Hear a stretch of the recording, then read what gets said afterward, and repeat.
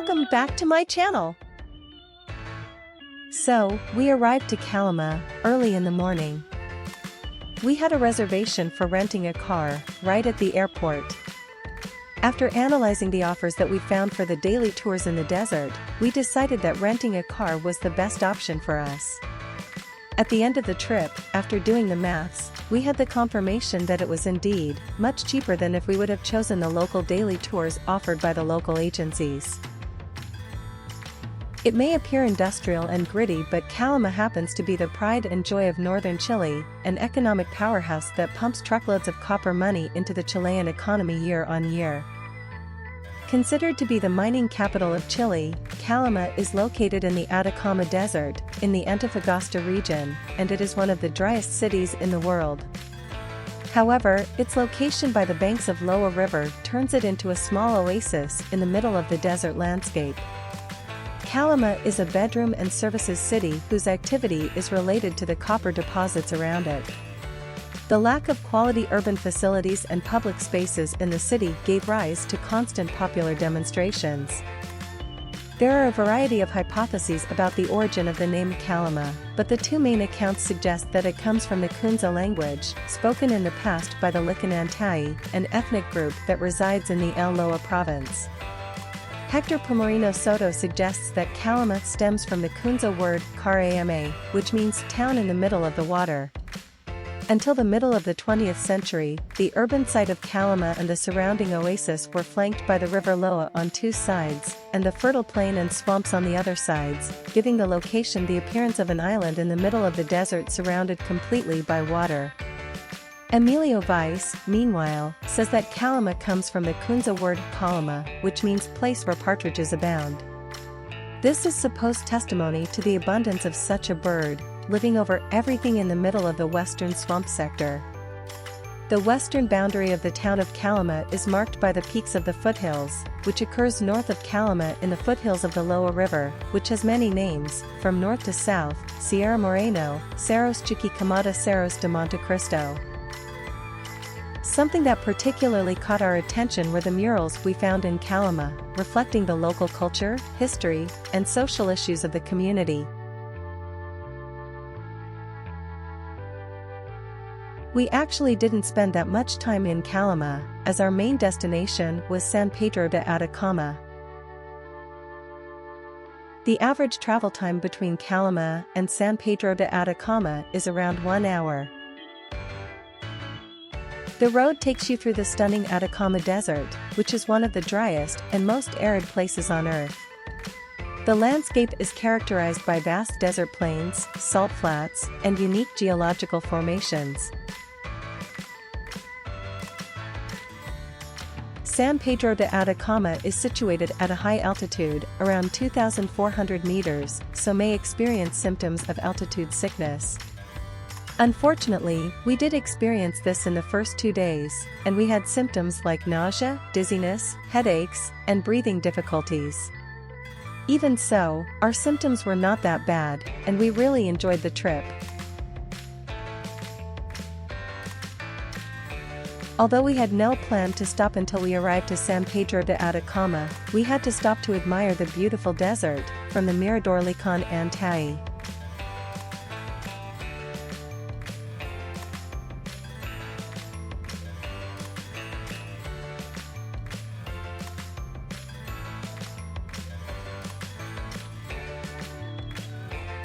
Once we arrived in San Pedro de Atacama, we found a quite small but charming city. Since we traveled in the middle of March, we found the weather pretty hot, but also bearable. March is a great month to travel to Chile as the country transitions from summer to autumn. Keep in mind that in the night it actually gets cold, and the temperatures drop around 8 degrees Celsius. So the mornings and the evenings are also cool with some breeze. Before we checked in, we walked around the city, admiring its authenticity, bohemian atmosphere, and the streets lined with adobe buildings and numerous artisan shops. Many efforts have been made to promote sustainable tourism in San Pedro de Atacama to preserve the fragile desert ecosystem and its cultural heritage. This ensures that visitors can enjoy the area's beauty while minimizing their impact on the environment.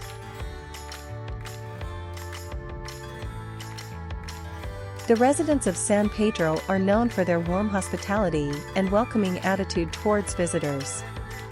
You're likely to have memorable interactions with locals during your stay.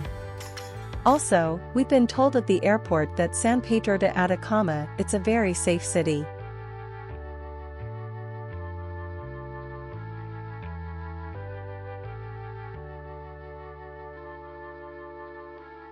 The Atacama Desert is known for its exceptionally clear and unpolluted skies, making it one of the best places on Earth for stargazing. San Pedro is home to several observatories and stargazing tours that allow visitors to explore the cosmos and witness the beauty of the night sky. Since we didn't feel tired at all, we wanted to visit something in the same day. Valle de la Luna is just 10 kilometers away from San Pedro de Atacama, but unfortunately we arrived there just 10 minutes before they were closing. So we found out that each attraction has a schedule, most of them closing at 5 p.m. Also, you have to buy tickets for all of them. We finished our day trying to see if we can visit Valle de la Muerte, but it was closed to the public, so we could just see this beautiful landscape at the entrance. Next day we went to see Taisho geysers. Be sure you leave really early, as the road is not good at all, and you have to be there around 7 o'clock to actually see the steam. Also, if it's a windy day, the steam won't rise up that much, so be prepared not to be disappointed.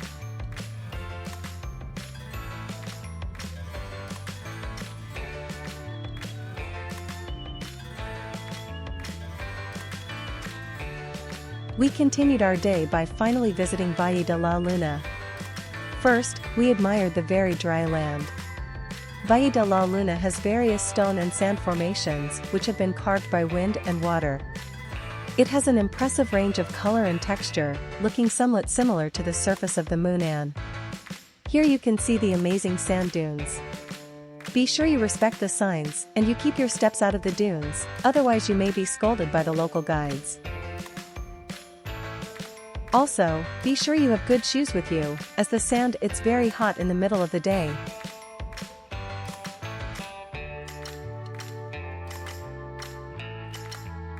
Here you can clearly see that the road is bordered by rocks and signs that forbid the entry. And they are pretty strict about this, not a single step after the rocks.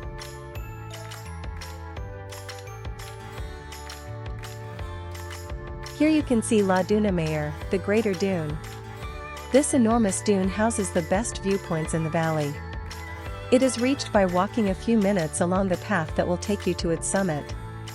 They say that this is one of the places to see at sunset. If you wonder what's that white on the ground, it is salt.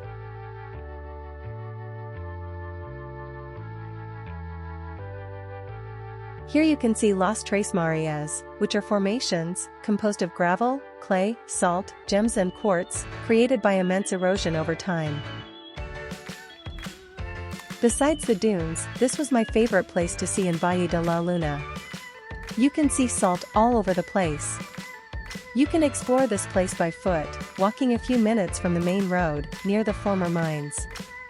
From up here, you can actually see the immensity of the place.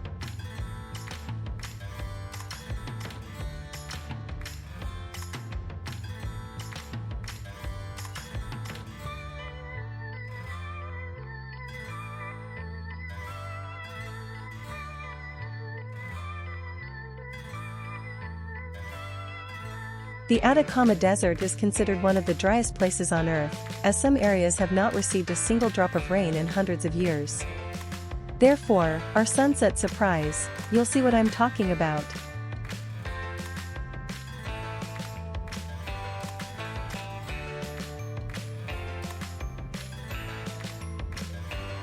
A prototype for a Mars rover was tested here by scientists because of the valley's dry and forbidding terrains. Although we've said we won't spend the entire day here, time flies by so quickly, and, amazed by these variety of landscapes, the afternoon was almost here. We just had time to go in San Pedro, 13 kilometers away, to have a late lunch, and then we returned for the sunset.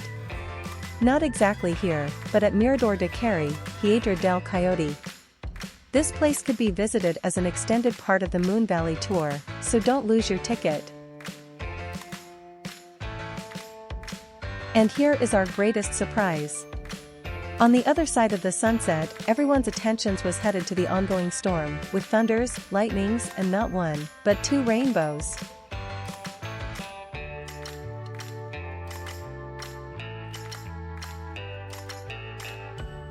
Just look at these intense colors.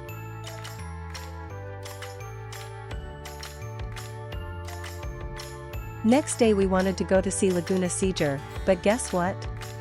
After the last evening rain, the road was full of mud, and we were unable to go further.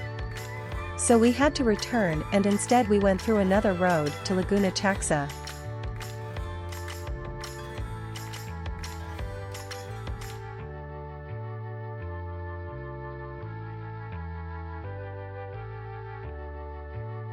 The Chaxa Lagoon is part of the Los Flamencos National Reserve, placed in the middle of the Sala de Atacama. Located at 2,300 meters, it's a spectacularly beautiful setting where you can appreciate a lagoon divided into several lakes, where salt crusts are especially abundant and diverse communities of flamingos inhabit. Did you know that baby flamingos are white and in time, with their diet rich in the alpha and beta-carotene present in the algae and artemia gives the bird's feathers their beautiful pink color. Our next destination was Jerry Valley. Just outside Tocaneo village, the Jerry Valley, Quebrada de Jerry, is a rocky gorge that runs along the Jerry River. The verdant oasis stands out amid the surrounding desert and it's a scenic spot for a walk. The gorge is one of the few places where fruits grow in the desert. The streams flowing through the Valle de Jerry create an unusual oasis, where the people of Tocaneo cultivate crops including peaches, plums, and pomegranates.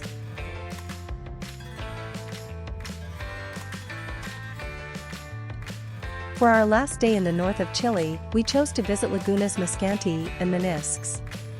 The highland lagoons, Miscanti and Menisques, are located in the Andean highlands in the middle of volcanoes and mountains. The lagoons are part of the Los Flamencos National Reserve and their landscapes mix the color of water, volcanoes and ice resulting from low temperatures. The lagoons, whose water sources are underground, are located at the foot of two volcanoes, with which they share the same name, Miscanti and Menisques. Due to its natural wealth, the area is home to numerous animal species, mainly highland birds that use the lagoons as a reproductive and nesting area. Even the road to the lagoons was amazing, full of yellow grass landscapes and white clouds. Although we wanted to go further than this two lagoons, after the intensive rain, there were still parts of the roads which were flooded, and we were stopped on the road and advised to take care, as a big storm is approaching and could be very difficult to come back. Well, we didn't want to risk anything, because we didn't want to lose our evening flight back to Santiago. So we came back in San Pedro for another late lunch, then we headed to Calama to wash the rented car and to get in time to the airport.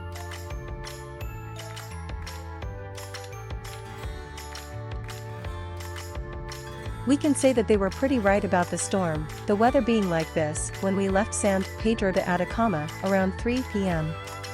Luckily for us, besides the wind, no big storm on the main road.